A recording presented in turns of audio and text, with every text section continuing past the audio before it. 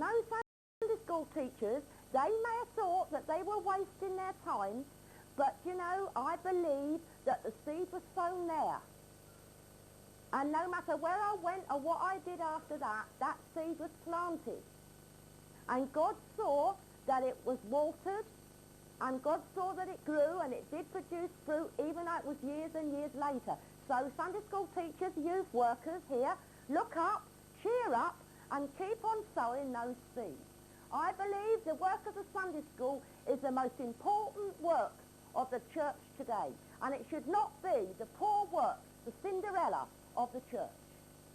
I'm glad I went to Sunday school. When the war got worse and worse, you know, the rows and fights in the home that was always happening, instead of centering around money and beer, now centered around a strange new woman. My father had found himself another woman at the pub. And my mum, she put up with poverty, she put up with beatings for years. But another woman, it broke her heart. And my fears grew of the possible family collapse. It wasn't much of a family, but it was all I had. And I was afraid it was all going to break up. And my mum, she tried to cut her wrist with razor blades, and she tried to drown herself in the canal.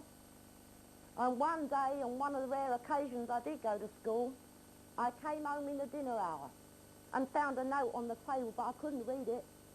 But with the help of the neighbour, I read, Dear Dolly, Mum's gone away.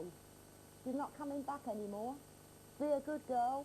Don't cry, love Mum. Don't cry. I put my head down on that rough wooden table and I wept and wept for a mother that I've never seen since.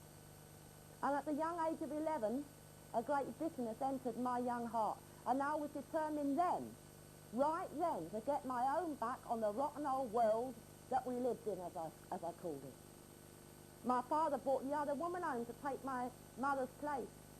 She had 2 children and expecting another one.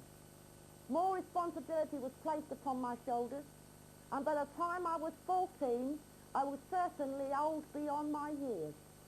Dave Wilkinson, who wrote the book The Cross and the Switchblade, also wrote another book called Born Old. Well, that was me. And I was to leave school, where I hardly ever went anyway. What was I going to do? I could hardly read and write. I could just read it and hand and 2, and that was it. I had no education. I wasn't stupid. In fact, I was very quick and bright and intelligent, but I just didn't have the chances that other young people had.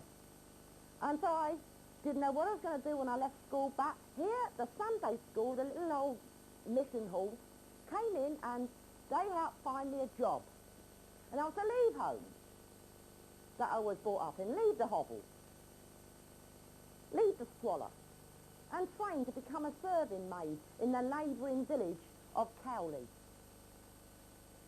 Well, I packed all my possessions in my little paper carrier bag. I didn't have any clothes other than what I had on my back, and they seemed to last for years. I don't know how, but they did. And the only present I ever received as a child, a Golden Bells Inn book. That was given to me by the Sunday school for good attendance, not good behaviour, good attendance. I said goodbye to my band of followers, and I was out in the world all alone. I got to the large house situated in its own grounds. I gulped a bit, walked down the drive, and knocked at the door. An elegant lady answered the door, looked down at me, didn't recognise a new maid, and said, yes, can I help you? I said, I've come to be the new maid. Oh, she said, have you? Well, you'd better come in. So I walked into this very large hall, bigger than this room, wide-eyed and open-mouthed at the luxury that I saw, and it was only in the hall. And when she took me up the staircase and showed me my own bedroom, with my own bed, with real sheets on it, a carpet on the floor, a sink in the corner, a wardrobe, and next door my own bathroom, I thought I arrived in heaven at last. The place I'd been singing about at the Sunday school for so many years. She asked me when my luggage would be arriving. I said, eh? What luggage? I didn't have any luggage. She knew I'd come from a poor home, But what she didn't know was how poor. And she could hardly believe